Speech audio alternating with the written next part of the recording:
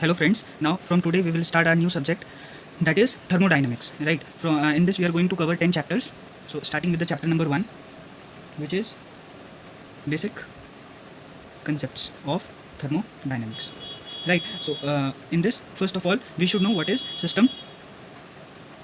For this I can just draw a simple diagram.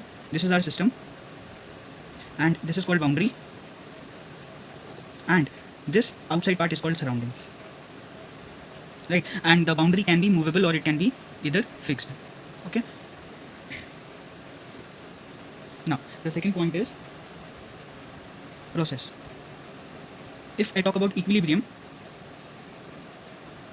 it can be thermal, mechanical and chemical equilibrium, right? Thermal means temperature constant, mechanical means the forces are balanced, and chemical means if there is no chemical reaction inside any system, then it is called an equilibrium system, right? Next we have thermodynamic process. Like if I draw a simple PV diagram and just I'm drawing a process, just this is a process 1 to 2, right? And if I am taking this is the path A. So 1 to 2 is a process which is going through path A, and similarly the process comes back at 1 through another path. So this is a process. So this is a process. What is A? A is process, right? And A is process path, right? A is the process path, and this 2 is called thermodynamic. This 2 point along with A is called thermodynamic process. 1, A, 2 is thermodynamic process, right? Now the path that we have taken, that is A path, that can be of different types, right? And if I classify them, they are basically of 8 types, right? So the first is isochoric. Isochoric means volume constant, and just remember this, it is also called isometric, right? So isochoric, volume constant. Now second we have isobaric. Isobaric is also called isenpistic. Isobaric means isenpistic, and baric means pressure constant. Now third we have isothermal. Now if I talk about isothermal, and if the gas is ideal, then it is called hyperbolic process. In this, if we are taking ideal gas, then it is hyperbolic process, right? Hyperbolic, sorry, P. Hyper, no, it is correct, B only. So it is hyperbolic process, right? Now fourth we have adiabatic. Adiabatic, just we know the change of heat is 0. And then we have polytropic. Polytropic means it is just like adiabatic only. Polytropic, like we have here adiabatic index, we have polytropic index, right? It is polytropic process, right? So next we have quasi-static process. Quasi-static means slow process. Next, non-quasi-static, quasi-static process. And next we have eighth, it is irreversible process, right? Irreversible process. And in our syllabus we have only these 5 processes that we are going to deal in detail, right? So that was our chapter 1. Now we are going to do the next chapter, that is chapter 2. See, in chapter 2 we are going to study zeroth law and temperature measurement, right? So if I talk about zeroth law, just we know only it is if two bodies, A is in thermal equilibrium with C and B is thermal equilibrium with C, then A and B are thermal equilibrium with each other, right? And if I talk about temperature measurement, in this you should know, like if I have any physical quantity A, then we are doing minus upper limit upon upper limit minus lower limit, right? So this is constant. This is important. Upper limit. Just we have done one mistake. This is upper limit, then here it comes lower limit,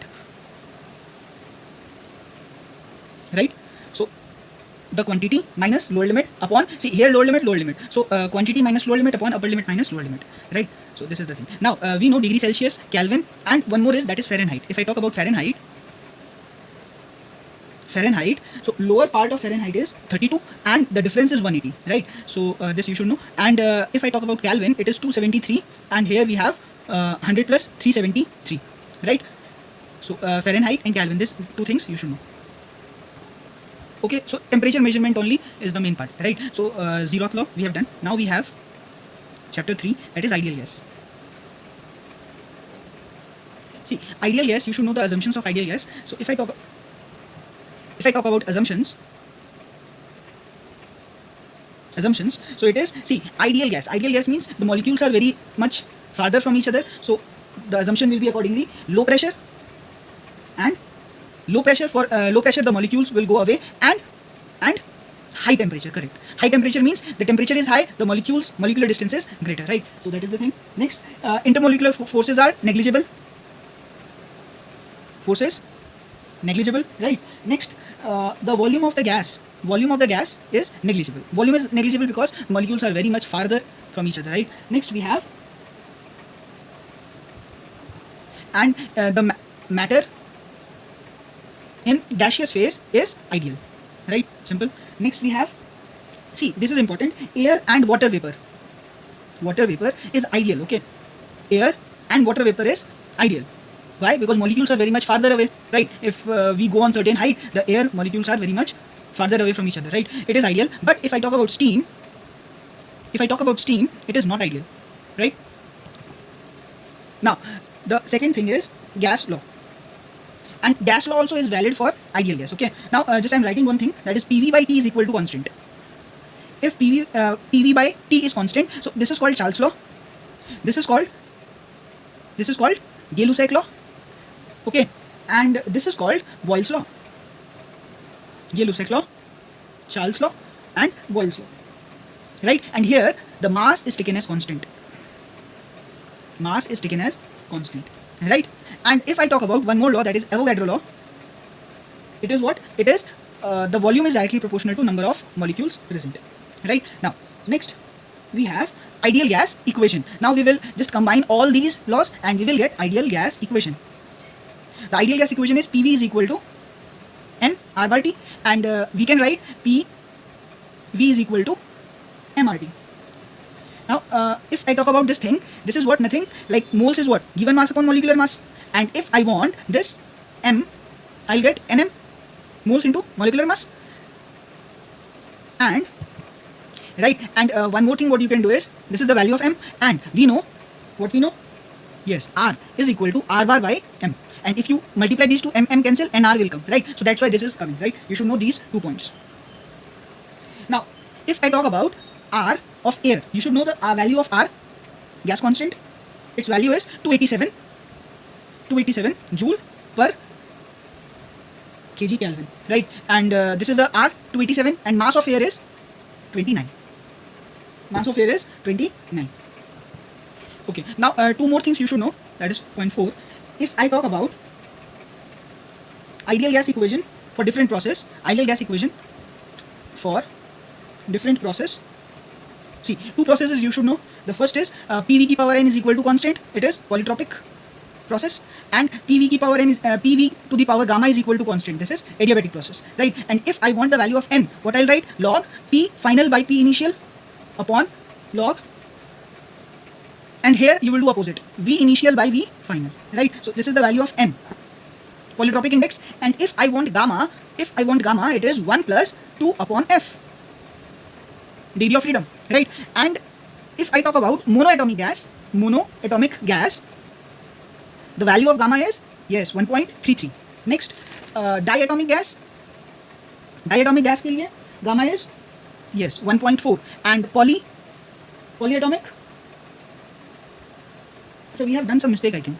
Monoatomic is 1.67, and poly is 1.33, right? So remember these values. Now the next point, I think 5th, yes. Now you should know Dalton's law. Dalton's law of partial pressure is what? The pressure is the combination of individual pressures, right? And next, now see, PV diagram. This is the diagram, PV. I am drawing for compression.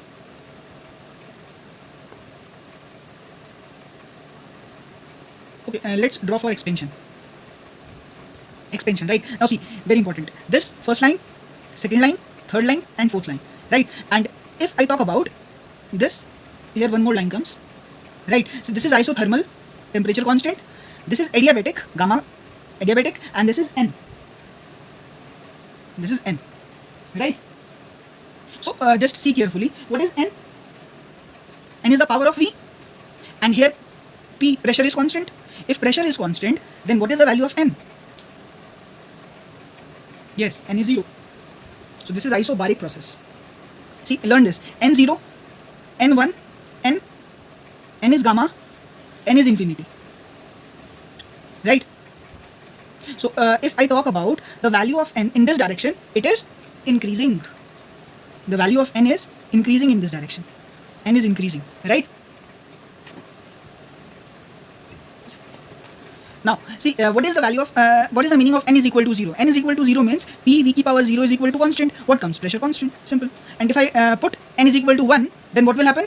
PV is equal to constant. That means temperature is constant and so on, right? So this is the variation. Now, this is expansion. If you want compression, then you can draw these lines accordingly, right? This is gamma. So gamma comes like this. This is N comes like this, and this is 1. That is temperature isothermal. Isothermal means this. Getting the point? Now, if I'm going to see the slope of all these things, right? So this is pressure constant. Now, if I want to write the slope is what? dP by dV. dP by dV. Can you see? Slope is 0. Simple. And temperature constant. Now, see very carefully. Temperature constant means this thing, and this is negative. So obviously the slope will be negative. dP by dV is equal to minus P by V. Simple.